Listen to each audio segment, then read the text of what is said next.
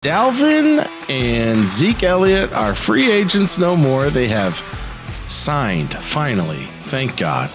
Alex and I are going to talk about what their signings mean for their prospective teams, their fantasy impact, and the guys that they are kind of bumping a little bit further down in our rankings. So, Alex, let's dive in right away. Let's start, please. Hold on, just real quick. Can we just pour one out for Ramondre Stevenson? Just real quick.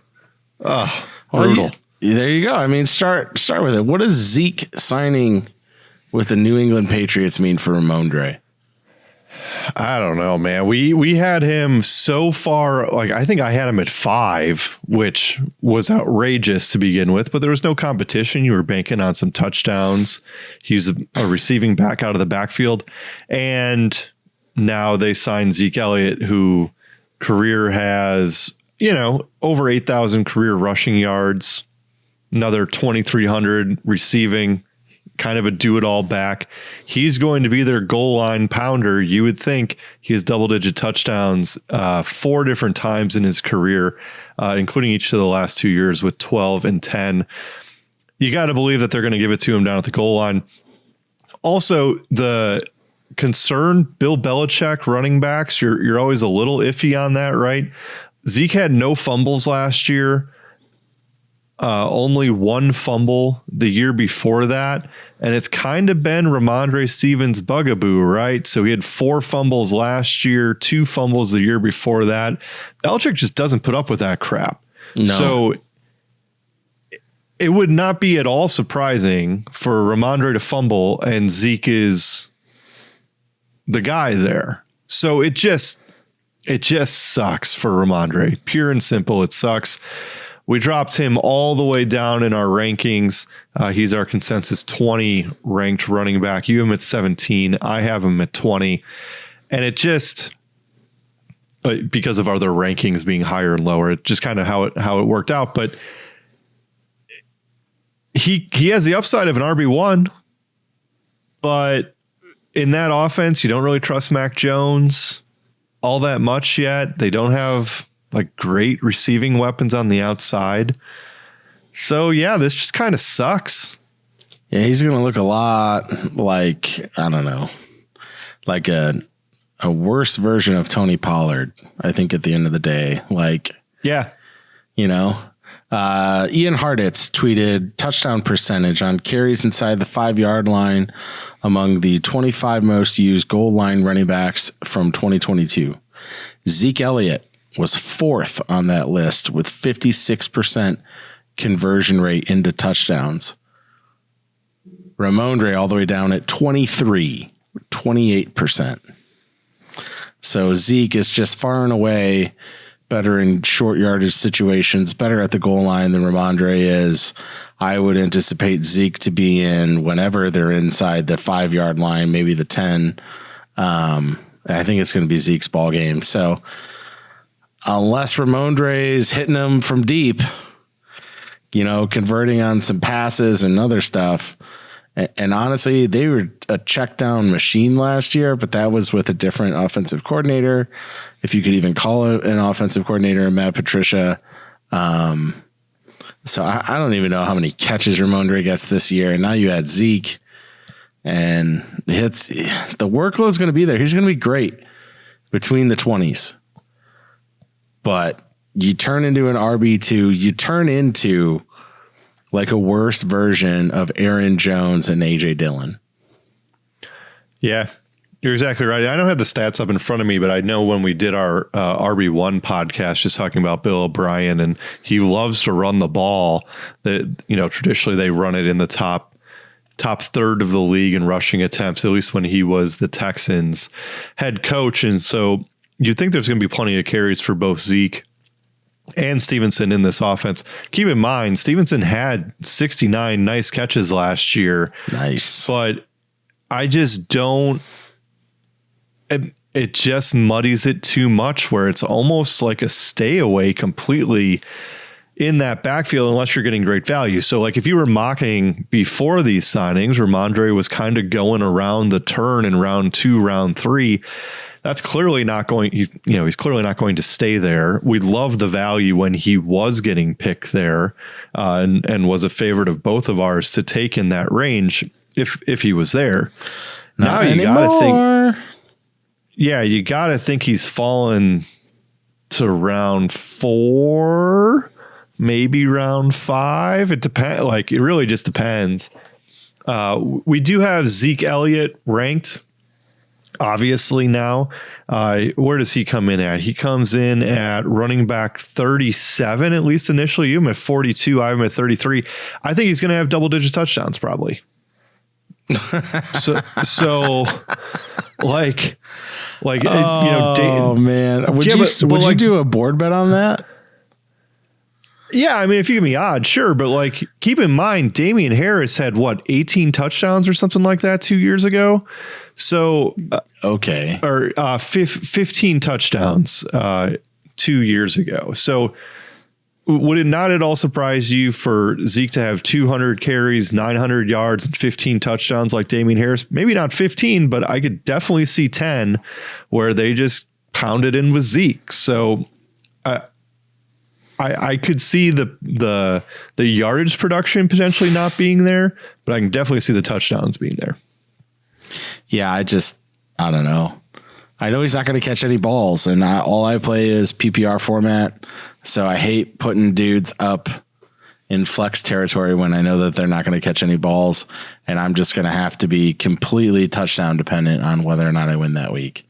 So what makes you think that Zeke isn't going to catch any balls, though? I mean, in the past, he's had catches 77, 54, 52, 47. Last year, he only had 17 because they were really deploying Pollard in that type role. But I mean, Zeke historically has caught the ball. So it's not like they're going to be tipping, oh, Damian Harris is on the field, they're going to run. Oh, Ramondre is on the field, they're going to pass.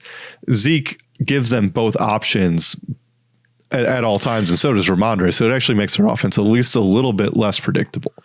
It's certainly less predictable than it was Damian Harris, but I still think it's going to be semi-predictable. Like, Ramondre is definitely the better overall athlete, definitely more elusive than Zeke in this phase of Zeke's career, and just the better overall back. Like, I really think that they're probably just trying to save Ramondre from taking the beating all season if they make the playoffs. And, because he didn't last all year. He got dinged up at the end of the season, couldn't finish. So talk about playoffs. That's why. Yeah. That's the value I think Zeke adds. Yeah, I mean, at this point, don't you kind of think that the Patriots are probably the worst team in that division? Yeah, might very well be. Like when you have the Jets, which we'll get to here in a minute, the Bills, the Dolphins, like from an offensive perspective, the Patriots are by far and away the worst team. If Tua stays healthy, if he goes down, then it's a little bit different of a conversation. But yeah, this sucks for Ramondre's value. Zeke, we have in the 30s. I think that's where, kind of he'll go. He'll be sitting there probably around, I don't know, 9, 10, somewhere in there. Just kind of depending, like we'll kind of see where he kind of shakes out ADP wise, but I would expect he's going to be more of a later round running back that is a potential Hall of Famer that you can add to your roster where double-digit touchdown upside and if Ramondre gets hurt, then high RB2, low RB1 potential. There you go. From worst to first, let's pivot, please, over to the New York Jets. Dalvin Cook has officially signed with the Jets.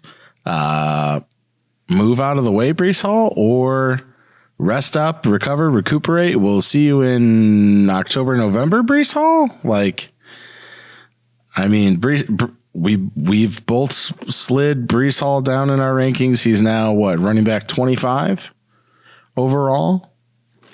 So tell me what you think Dalvin means for Breece Hall this season. Trouble. Yeah. I smell TROUBLE. Oh, shout out to you country fans out there. I said, hey, I just don't think that this is good at all for Breece Hall. We talked about, we have a video, do not draft Breece Hall. All those points remain. Coming off a brutal knee injury, probably wasn't going to be super explosive, although I think he was clocked at like 24 miles an hour or something in practice the other day. Straight line. I think it's just going to take a while for his knee injury. We've documented before. J.K. Dobbins. Pretty much everybody has a rough year the year after they come back, except Adrian Peterson. So I wasn't that high on Breece Hall. I didn't have much stock in him anyway. Dalvin, I think, absolutely destroys his value. And so this is another example of what do you want to do? I think Dalvin's the only running back in football that's rushed for over 1,100 yards each of the last 4 years. His touchdowns during that time period, 13, 16, 6, and 8, starting in 2019 and going forward. He's going to get the ball in the end zone. Rodgers loves playing with experienced guys. And, he has no problem dumping the ball down to his receivers.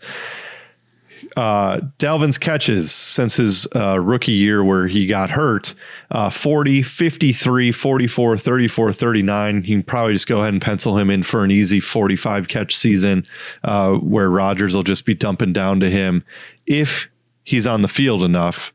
And so this becomes a split backfield at best. So do you want either one of them? Definitely not where Breece was going before, which was round 3. He's got to fall to around 4 or 5 now. And Dalvin is another guy who, is going to be sitting there, after some of do you take him or James Cook? I would think that's an easy answer by taking James Cook, but Dalvin's proven it over and over. And he's probably I don't know. It's really interesting. Man, don't you think this starts like a 60-30 split at the beginning of the season in favor of Dalvin? And where's the other 10%? I'm sorry. Well, the other dudes. I guess like 60-40, 70-30, somewhere in there between Dalvin and Breece in favor of Dalvin at the beginning of the season. And then it ends the opposite way at the end of the season in favor of Breece as they come up on the playoffs. I personally think that I could see 70-30 Dalvin to Breece at the beginning, and I don't think it ever swings more than 50-50 the other way. I just don't. But I think it gets to 50-50. I think it can get to 50-50. I just don't think it's going to swing back into hey, Breece Hall's the guy. Well, I almost don't want either of them. Because of that, of course. Right. You're just going to be in running back hell. Yeah. I mean, truly, and Rodgers is going to have the ball in his hands almost every other play anyway, or if not more. Maybe. They're not going to be slinging it in the I formation or Well, so that's the thing though, right? Because if they're going to try to figure out how to stop Garrett Wilson and putting resources and not loading up the box, Rodgers has proven that he has no problem with running the ball where, Dylan and when Dylan was in the game and there's a light box, they're turning around and giving it to him every time. When Jones is in the game, he's more likely to open it up and pass and dump down and do things like that. It would not be at all surprising to see something be similar happen with the Jets. But they're both good receivers, so who knows? I think I have to push Breece Hall lower. I think guys I like more than him, Alvin Kamara, even with the 3-game suspension, Alvin Kamara is going to miss 3 games. Breece Hall could also miss the first 3 games. The difference is Alvin Kamara is going to come back and be a workhorse. Breece Hall is coming back to still Dalvin. has to deal with Jamal Williams though too, which I failed to mention last week. Jamal. I'm not worried about Jamal Williams at all for tomorrow. Also not worried about Taysom. I'm just saying there's some guys even where I have Rachaad White, clearly defined role, clear running back 1, just a much worse offense. Kamara, DeAndre Swift, even James Cook. I really like James Cook this year a lot. He's my sleeper number one, my favorite. Khalil Herbert took all the reps with the first team offense for the Bears this week. Yeah. Javonte Williams. We're not as high on. Like Samaje Perine is definitely a threat there.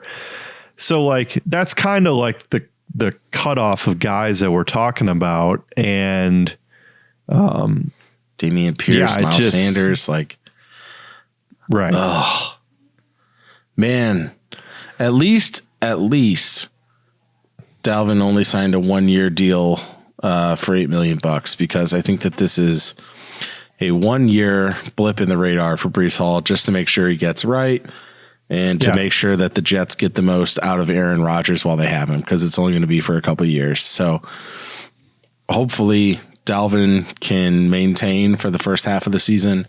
Breece Hall comes on. I'm assuming he'll take over as the starter eventually, but I don't think it's much more than 50-50 either way, right? So, yeah. And at that point, you're almost better off just playing a random ass running back, later in the season who might be the undisputed guy. And you just don't have to deal with it. But if either one gets hurt, then they're awesome. Well, so it also depends. If the Jets are putting up 35 points a week, plenty to go around, then there's plenty of points to go around. Right. Oh. So it's one of the between the Patriots, between the Jets, they've both muddied their backfield. Yeah. Where you thought you had two undisputed guys, and you drop one Hall of Famer in one spot and one potential Hall of Famer in another spot. And Zeke, he's still got it. If you need a yard, Zeke is the guy. Yeah, and maybe Dalvin in the NFL still averaged 4.5 yards per carry last year. Dalvin is not tanked yet. He's not as still good. The guy. Well, he's not the guy he was, certainly, by any stretch, but he's still very good.